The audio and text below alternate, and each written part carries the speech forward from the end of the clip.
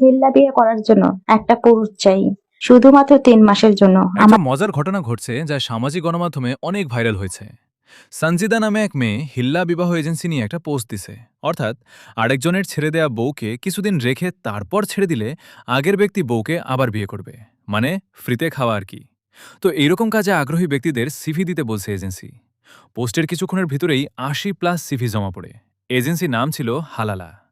এতটুক পর্যন্ত ঠিক ছিল। এরপরে টুইস্ট আসে। হালালা এজেন্সিতে যারা সিভি দিছিল তাদের সবার সিভি ফাঁস করে দিছে। বেশিরভাগ বিজ্ঞ আলেমদের মতে হিল্লা বিবাহ ইসলামে জায়েজ নাই, বরং আরও গুনার কাজ। অথচ ওই ৮০টা সিভির ৯৫% ছিল লেবাসধারীদের। এরা সবাই বিবাহিত, ইভেন বাচ্চাও আছে। তবুও ফ্রিতে খাওয়ার লোভ ছাড়তে পারেনি। কেউ কেউ তো সিভিতে কোন দিন উত্তেজনা উঠে সেটাও উল্লেখ করে দিছে।